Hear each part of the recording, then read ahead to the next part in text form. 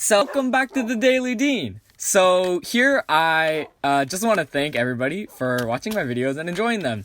I've reached 100 subscribers recently, and that's a pretty cool milestone. So I made something special. Right over here, there's 100 pieces of wheat that I'm going to farm at the end of this. But mostly because I want to show you something interesting, because I'm really into Minecraft farming. And one of the mechanics is that in order to farm something, you need to irrigate it using water. Water can extend out 4 blocks before, it dries up and therefore doesn't let it get irrigated. So you'll see that this will no longer, be farmed right there. And this applies to lower levels. So see, if you have water at this level, it can farm something below it, and that'll be irrigated. And you can see they're all darkening because that's water. One mechanic is that you can't water something if it's higher than the block level that it's at, right here. So you can see, despite the fact that this water gets irrigated here, it won't farm anything a higher level than that. So, abusing the physics engine of that, we can make falling water irrigate something that isn't even connected to it via dirt, because the water is present in this location, which still lets it, be in the range of 3 blocks or 4 blocks, as I demonstrated over there.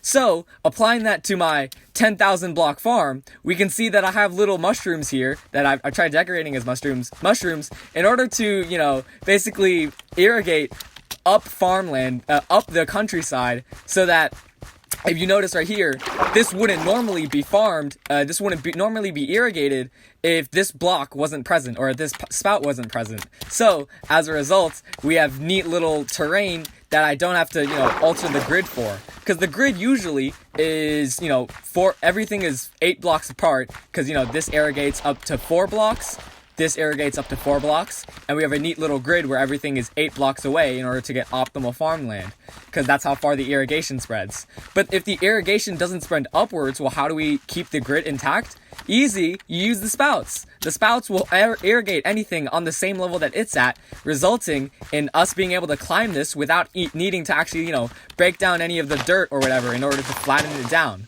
So that's the neat little mechanic that I discovered, and what I wanted to share, because who doesn't love breaking the physics engine in Minecraft? So it's a little troublesome to hop down because you don't want to break any of the dirt, but that's why I use the water spouts.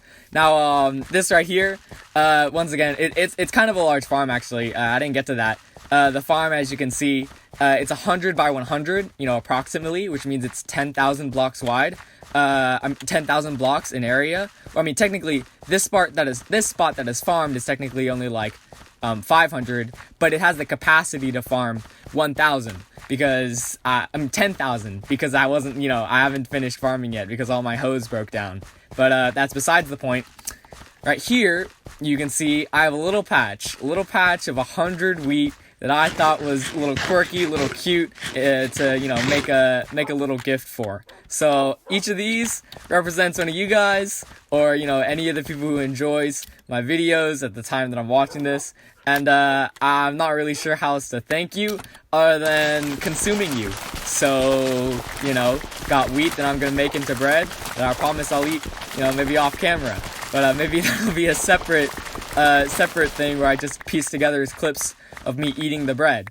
But thank you, and I hope you enjoyed. Bye.